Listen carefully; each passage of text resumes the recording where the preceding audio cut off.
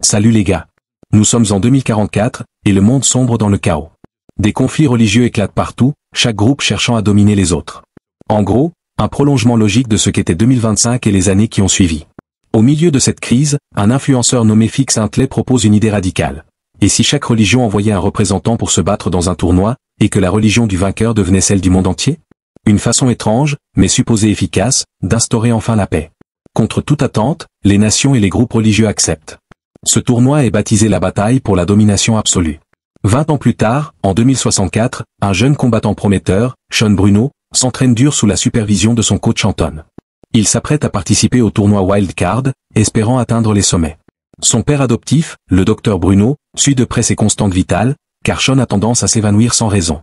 On soupçonne une étrange affection surnommée la pourriture du cerveau, causée par une surexposition aux films de Tubi.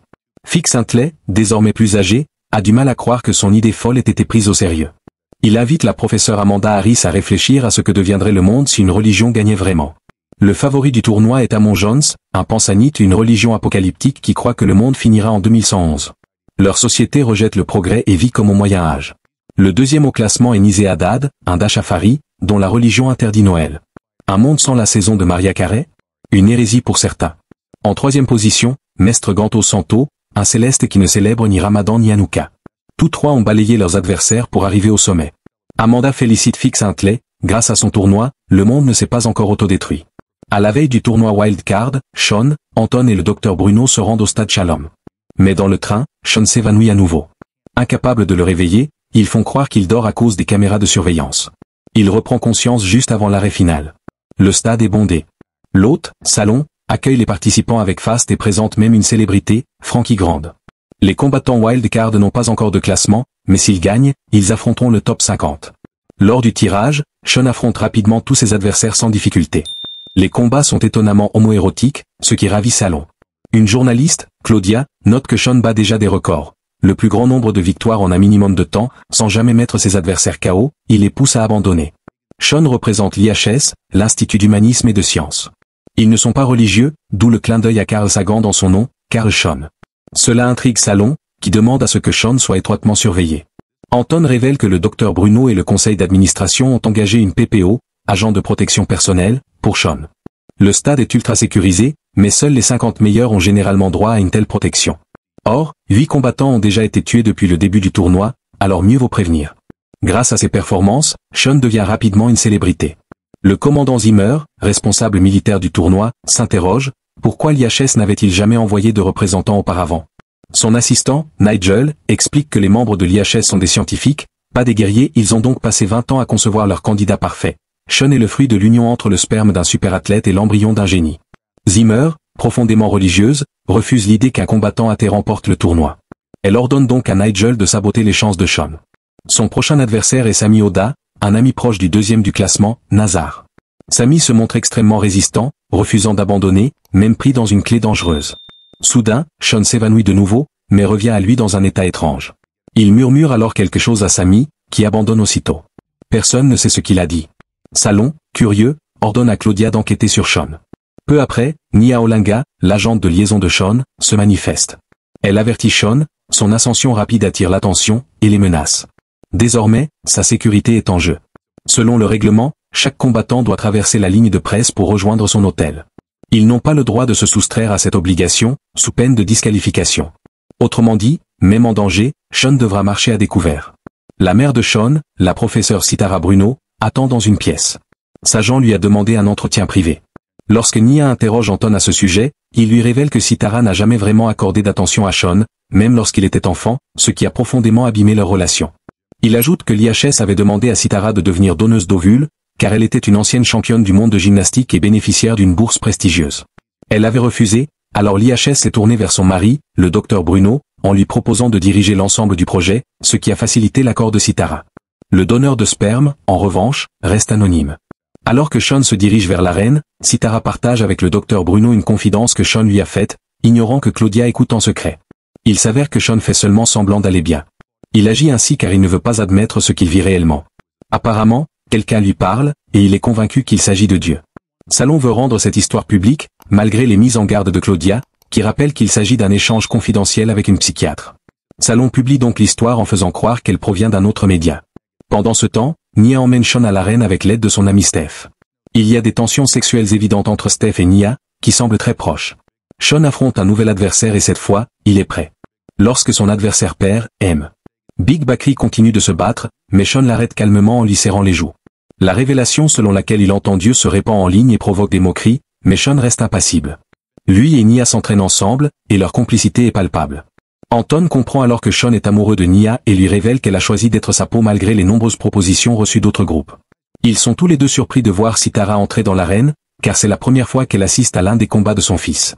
Sean comprend qu'elle se sent coupable de la fuite audio, mais il ne lui en veut pas. Le combattant classé 23e, Freddy Alvarez, se porte volontaire pour affronter Sean à la place de l'adversaire initial. Le combat entre eux est intense et empreint d'une tension presque sensuelle. Sean remporte le combat, Alvarez descend à la 46e place, et Sean reste solide. De nombreux spectateurs noirs sont venus le soutenir. Il ne lui reste plus qu'un combat avant la finale. Mais un homme tente soudain de le poignarder. Heureusement, la frêle mais rapide Nia intervient juste à temps pour neutraliser l'assaillant et appelle immédiatement du renfort. L'homme se révèle être un Urioni convaincu que Sean est le diable. Le docteur Bruno souhaite porter plainte contre l'administration, mais Steph explique que rien n'est confidentiel dans le stade Shalom. La commandante Zimmer, à court d'options, rend alors visite à Amon, le combattant classé numéro 1. Elle lui dit qu'un homme sans Dieu ne peut devenir champion, et qu'il doit battre Sean. Après son combat contre Sean, Alvarez reconnaît que ce dernier aurait pu le vaincre bien plus tôt, tant il était puissant. Mais Zimmer ne veut rien entendre. Les gens commencent déjà à se renseigner sur l'humanisme en ligne grâce à Sean. Zimmer craint que s'il atteint la finale, il devienne impossible de le faire taire. Même les combattants classés 2 et 3, Nizar et Mestri, parlent de Sean. Mestri pense que Sean est un genre de prophète luttant contre le mal, ce qui expliquerait pourquoi tout le monde veut le voir mourir.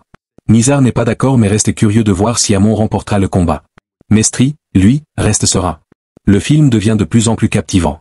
Nia révèle que Sean a un QI de 182, parle plusieurs langues et possède une mémoire photographique, mais il ne s'en vante pas car il sait qu'il a été génétiquement modifié. Zimmer, toujours déterminé, ordonne au capitaine Davis d'appliquer le code 16, qui permet l'usage de la force contre toute personne perçue comme une menace pour la sécurité internationale. Elle insiste sur le fait que Sean doit être éliminé pour préserver la paix. Avant le combat, elle fait livrer une note à Nigel. Celui-ci chuchote un message à Amon, puis le duel commence. Amon serre la main de Sean, mais celui-ci entre dans une sorte de transe, ce qui donne à Amon l'occasion d'attaquer. Ce n'est que lorsque Sean se réveille qu'il parvient à se défendre. C'est alors qu'un agent de sécurité tente de le neutraliser avec une flèche, mais Sean la rattrape à temps et finit par faire abandonner Amon. Après cet événement, les parents de Sean veulent qu'il abandonne, mais il leur rappelle qu'il a été conçu dans l'unique but de remporter ce tournoi, et qu'il ne renoncera pas. C'est alors que Sitara lui avoue que si elle a toujours été distante, c'est parce qu'elle avait honte d'avoir conçu un enfant pour qu'il se batte, même très jeune. Sean la prend dans ses bras pour lui montrer qu'il ne lui en veut pas. L'incident provoque un tollé. Après cette tentative d'assassinat, le capitaine Davis se retrouve convoqué devant un comité d'enquête. Sur le chemin du retour à l'hôtel, Steph raconte une histoire à Sean.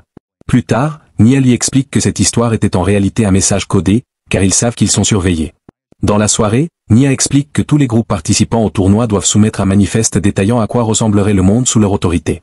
Elle révèle que seul l'IHS permettrait la pratique de différentes religions même en cas de victoire.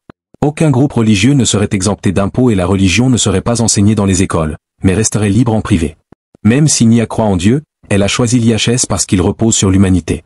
Mestri et Nizar veulent aider Sean et demandent à leurs agents d'enquêter. Le lendemain matin, Sean est ravi d'apprendre que Joe Rogan lui a proposé une interview. Juste avant que Sean ne se rende au stade, Nia découvre la présence de tireurs d'élite prêts à l'abattre. Mais à l'hôtel, Mestri et Nizar lui proposent leur protection, conscients du danger imminent. À cause de cette menace, une délégation menée par le général Uda ordonne à Zimmer de suspendre les attaques. Le groupe quitte alors l'hôtel en utilisant des miroirs réfléchissants pour déjouer les tirs. Zimmer refuse de reculer. Selon elle, Sean, autrefois perçu comme un combattant athée, est devenu une carte sauvage. Il aurait avoué entendre Dieu dans un enregistrement audio, et désormais, certains combattants le considèrent comme un prophète. Zimmer est persuadé qu'il manipule tout le monde, mais la délégation lui rappelle qu'on ne peut pas tuer quelqu'un sur une simple intuition. Elle est donc contrainte d'annuler l'assassinat. Plus tard, Nzar déclare à un journaliste qu'ils n'ont protégé Sean que pour pouvoir le combattre eux-mêmes. Nzar veut prouver que Sean n'est qu'un homme, pas un prophète. Mestri est le premier à l'affronter. Le général Uda affirme qu'il n'y a jamais eu de conspiration, puis traite Zimmer de Dark Karen en arabe, ce qui est ironique, car elle parle couramment cette langue. Uda, elle, reste suspecte, tout le monde sait qu'elle cache quelque chose. Le combat entre Mestri et Sean est brutal. Mestri exécute des mouvements de capoeira, mais Sean tient bon. Il continue de gagner, même lorsque sa cage thoracique droite se fracture. Il refuse d'abandonner. Plus tard, seul dans une pièce, il murmure, « Est-ce vraiment Dieu qui me parle? J'ai besoin de toi maintenant. » Le prochain adversaire est Nzar. Il sait que Sean souffre, mais cela ne l'arrête pas. Le combat est intense, et Nzar semble prendre l'avantage, jusqu'à ce que Sean renverse la situation et l'emporte. Alors que tout le monde célèbre sa victoire, Fix Huntley se connecte en ligne pour le féliciter, mais soudain, son image se coupe. Le capitaine Davis annonce qu'un attentat terroriste a visé Fix pour tenter de le tuer. Le lendemain, Fix interviewe Sean, il est sain et sauf. Il révèle que son studio a explosé, mais qu'il n'y était pas. Il avait diffusé une vidéo préenregistrée. Il est convaincu que Sean savait ce qui allait se passer, c'est pourquoi il a insisté pour reporter l'interview au lendemain. Ce simple choix lui a sauvé la vie. Mais Sean n'a aucune explication. Fix, qui pense malgré tout que Sean entend une voix, décide de ne plus le questionner. Était-ce vraiment Dieu? Le film se termine là-dessus. Personnellement, j'ai adoré ce film. Un rappel puissant, chacun devrait pouvoir croire en ce qu'il veut, tant que cela ne nuit à personne d'autre. Et vous, qu'en avez-vous pensé? Si vous avez aimé cette vidéo, pensez à vous abonner et activer la cloche, YouTube ne recommande plus mes vidéos. Et si vous voulez voir encore plus de contenu déjanté, cliquez ici ou ici.